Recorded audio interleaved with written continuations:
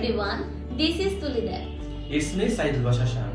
Today I'm going to share with 5 powerful tips to help you improve your IELTS listening score. Stay with us till the end. Tips number 1. Read the question before listening. একবার প্রশ্ন পড়ে নিলে তোমার কাছে একটা ধারণা থাকবে যে কি ধরনের তথ্য শুনতে হবে। এতে উত্তরও খুঁজে পাওয়া সহজ হবে। Tips number 2. Focus on keywords.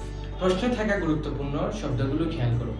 যেমন date, name, numbers and location. এগুলো সাধারণত স্পিকারের সাথে কথা মিলবে।